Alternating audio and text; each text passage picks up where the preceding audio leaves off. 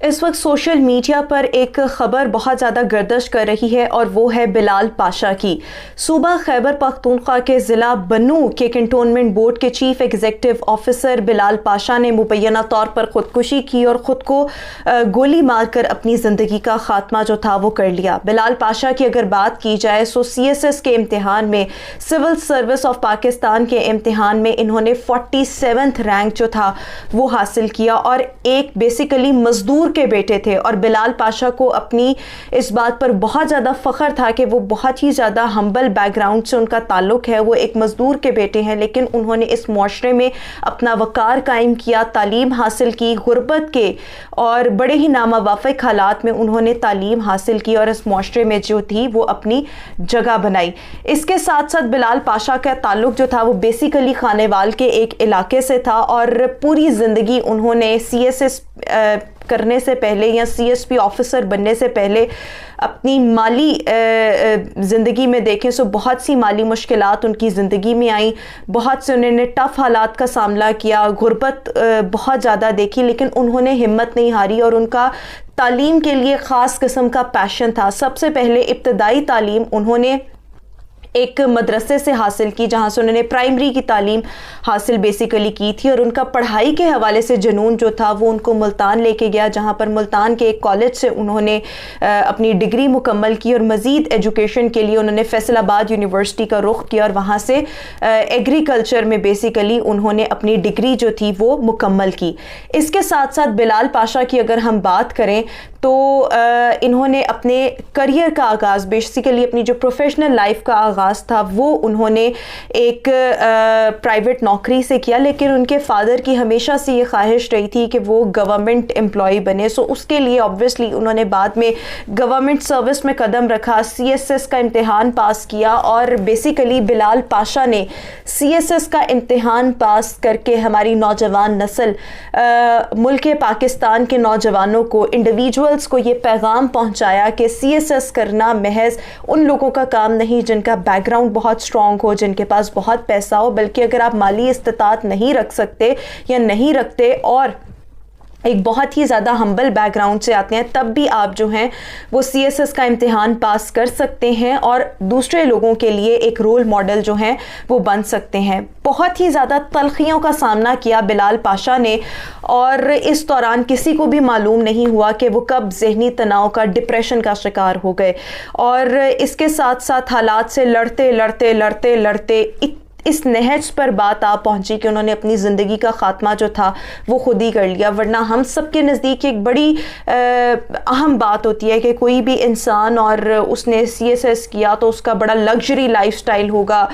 بڑی وہ شاہانہ زندگی گزار رہا ہوگا، لیکن ہم سب زندگی میں کہیں نہ کہیں بہت سے ہڈن چیلنجز کا سامنا کر رہے ہوتے ہیں، بہت سے ہمارے ہڈن سیکرٹس ہوتے ہیں جو ہم کسی کے ساتھ بھی شیئر نہیں کرنا چاہتے۔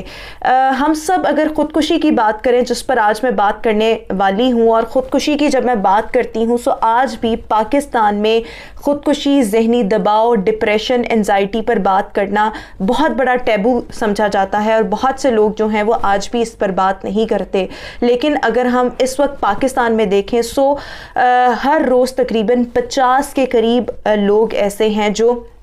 خودکشی کرتے ہیں اور اپنے ہاتھوں سے اپنی زندگی کا خاتمہ جو ہے وہ کر رہے ہوتے ہیں۔ لوگ اس حوالے سے بات نہیں کرنا چاہتے، لیکن میں سمجھتی ہوں اس موضوع پر بات لازمی طور پر کرنی چاہیے، کیونکہ بات کرنے سے ہی بات بنتی ہے، بات کرنے سے ہی مسائل کا حل جو ہے وہ نکلتا ہے۔ یہاں پر میں ایک حوالہ بھی دینا چاہوں گی، the international association for prevention suicide prevention کے مطابق ہر 45 سیکنڈ میں پوری دنیا میں کہیں نہ کہیں کوئی ایک انسان جو ہے وہ خودکشی کرتا ہے، اور اس حوالے سے اگر دیکھا جائے تو ہر سال پوری دنیا میں تقریباً 7,03,000 کے قریب لوگ جو ہیں وہ خودکشی جو ہے وہ کرتے ہیں۔ WHO کی رپورٹ کے مطابق پاکستان کا اس وقت 16واں نمبر ہے، خودکشی کے اعتبار سے پاکستان جو ہے اس وقت 16ویں نمبر پر ہے، اور زیادہ تر پاکستان میں مرد جو ہے وہ خودکشی کرتے ہیں۔ اس کی پرسنٹیج اگر ہم دیکھیں تو تقریباً 13% کے قریب مرد جو ہیں وہ خودکشی کرتے ہیں، جبکہ 3% کے قریب قریب جو عورتیں ہیں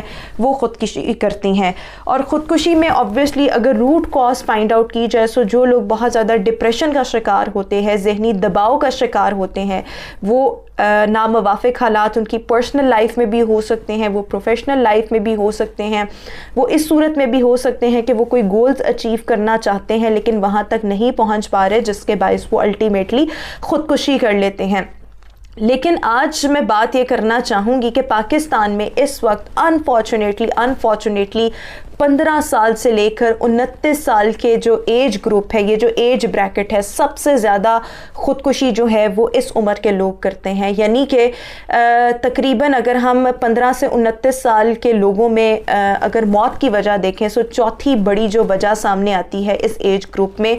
وہ خودکشی کی آتی ہے. اور اگر ہم دیکھیں تو یہ بیسیکلی یہ نوجوانی ہوتی ہے, یہ انسان کی ینگ ایج ہوتی ہے. اس میں کوئی بھی انسان جو ہے وہ فل آف ہوپ ہوتا ہے, فل آف موٹیویشن ہوتا ہے, اس کے بڑے خواب ہوتے ہیں جس کو سینچنا ہوتا ہے,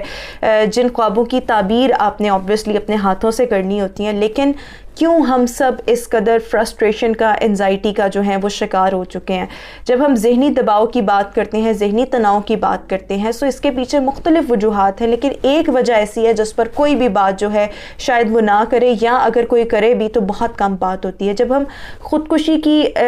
ریزنز فائنڈ آؤٹ کرتے ہیں تو اس کے پیچھے بہت بڑی وجہ جو ہوتی ہے وہ ذہنی دباؤ ہوتا ہے. ذہنی دباؤ آپ کو اس وجہ سے بھی ہو سکتا ہے کہ آپ کا کوئی پیارا آپ سے بچھڑ جائے, آپ کا کوئی بریک اپ ہو جائے, ریلیشن شپ ٹھیک نہ چلا ہو, ناموافق حالات ہوں,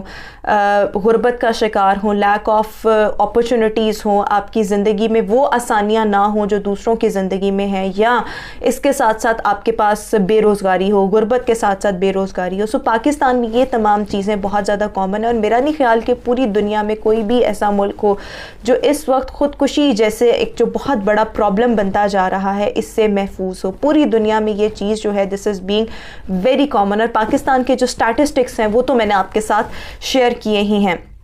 آبویسلی اگر ہم دیکھیں تو اس میں مختلف ریزنز ہیں, لیکن اس کی ایک بہت بڑی وجہ انسان کے اپنے اندر ہوتی ہے, اور وہ وجہ کیا ہے کہ کسی بھی انسان, کسی بھی انڈیویجول میں کیمیکل امبیلنس کا ہو جانا. ہماری باڈی میں سیروٹونن, ہماری باڈی میں ڈوپامن, یہ بیسیکلی ان کو آپ کہہ لیں کہ انٹائی ڈپریسنٹس ہارمونز ہوتے ہیں یا ہیپی ہارمونز ہوتے ہیں. اسٹریس جو ہے, اسٹریس فری بیسیکلی یہ ہارمونز ہوتے ہیں, اور جب یہ ہارمونز جو ہیں وہ نہیں بنتے یا باڈی کے اندر کیمیکل ڈس بیلنس ہو جاتا ہے, سو الٹیمیٹلی انسان جو ہے وہ ڈپریشن کا شکار ہونے لگ جاتا ہے. ہمارے ارد گرد آپ کو بہت سے لوگ ملیں گے جو آپ کو کہہ رہے ہوں گے کہ اچھا تمہیں ذہنی دباؤ ہے تو تم نماز پڑھنا شروع کر دو, تمہیں ذہنی دباؤ ہے تم لوگوں سے ملنا جلنا شروع کر دو, تم اپنا لائف سٹائل امپروو کرو. یہ سب چیزیں بہت زیادہ ضروری ہیں,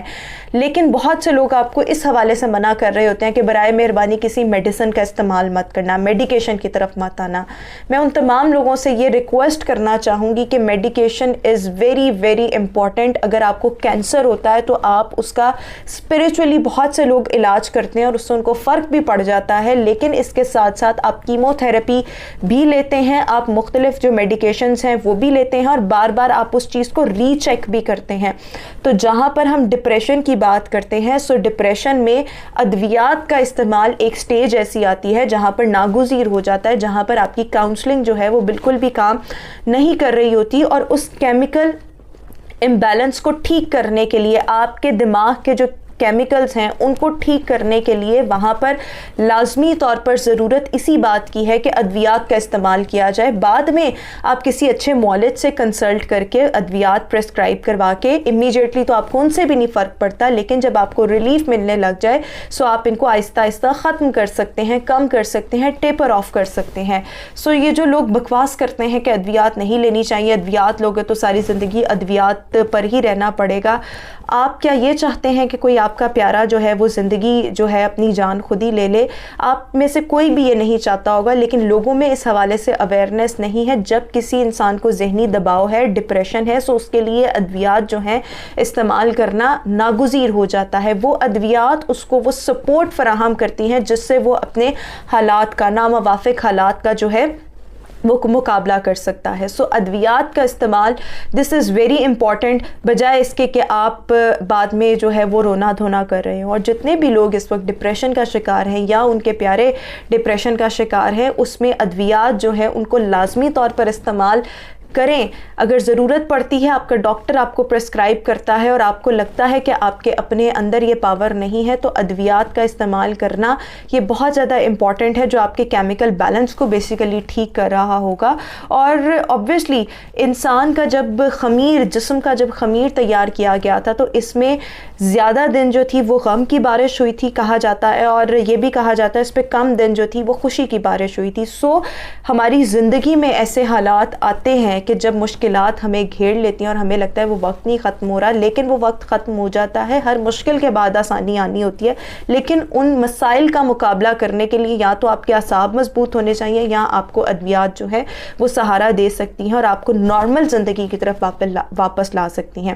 اس کے ساتھ ساتھ اگر ہم دیگر چیزوں کی بات کریں، تو اس میں آپ کا لائف سٹائل، اچھا لائف سٹائل، ساؤنڈ سلیپ، اچھی خوراک، یہ بہت زیادہ ضروری ہے. اسپرچول کنیکٹیوٹی، اللہ کے ساتھ لگاؤ ہونا، یہ بھی چیزیں تبھی آپ کو اچھا محسوس کرواتی ہیں جب آپ اندر سے ٹھیک ہوں. تسبیح آپ کا پڑھنے کا تبھی دل کرتا ہے جب آپ اندر سے اچھا فیل کر رہے ہوں. سو پھر یہ چیزیں آتی ہیں، اسپرچول کنیکٹیوٹی. سو میڈیکیشنز کے ساتھ ساتھ life style improvement, spiritual connectivity, اور پھر اچھے لوگوں کا آس پاس ہونا، پازیٹیو لوگوں کا آس پاس ہونا، جو لوگ آپ کو موٹیویٹ کر رہے ہیں. دس از ویری امپورٹنٹ. اور یہ اگر آپ کے ارد گرد کوئی ایسا شخص ہے جو ان مسائل کا شکار ہیں، سو اس کی لازمی طور پر ہیلپ کریں، بجائے اس کے کہ آپ بلال کی طرح ان کو جو ہے ان کو ہیلپ آؤٹ نہ کر سکیں اور الٹیمیٹلی وہ بندہ جو ہے وہ آپ کی زندگی سے چلا جائے اور اپنی زندگی کا خاتمہ کر لے.